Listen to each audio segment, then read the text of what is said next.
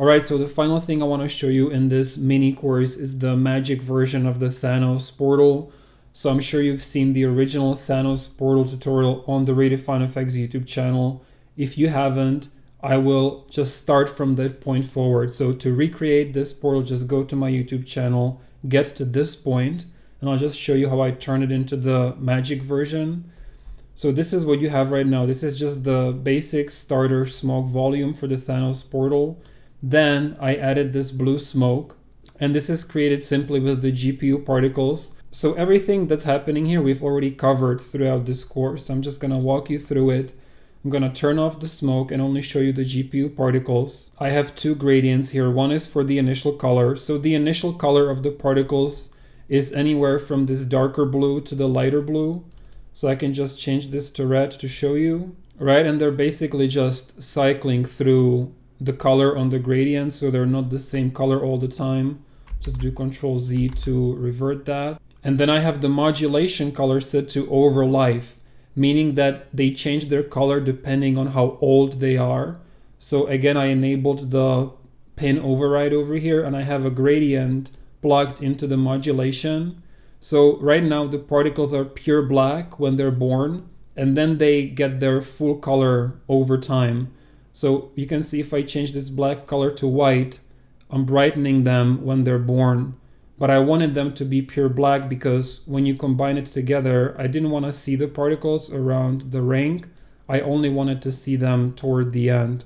So this blue smoke is created simply by injecting these GPU particles with the smoke over here. I'm gonna turn these off to show you just the lightning. So we covered this in the previous video for the flash. So it's just GPU particles with the mode set to entangled, and then I just played with the lifetime a little bit. So I'll just turn all three of them together so you can see how it works. So we have the base smoke, then we have the blue smoke, then I have the lightning particles on top, and then I wanted some additional particles, so I just added these as well. I wish there was an isolate button, that would be great. So I'm just generating these extra particles on top of the portal, just like we've done throughout the course. Emissive, additive, boost the emissive boost, set the color to blue, and then just reduce the lifetime so they die right when they get to that suction point. Really, there isn't anything else to it. We have covered everything that I just showed you throughout the previous 9 videos, and that really was my goal, was that by the time we get to this one, you will actually know exactly how all of this works and how it's all done. And with that, I wanted to thank you for taking this quick magic course with me. Obviously, we've only scratched the surface of everything that's possible to do with Embergen. I tried to touch on all of the main pillars of what Embergen can offer, many of the different forces, emitters, modulators, particles, scene shading, colors. We've covered a lot of ground in this little course, but there's obviously so much more to do. There's realistic fire, realistic explosions. Basically everything in this course was more in the abstract, magical realm.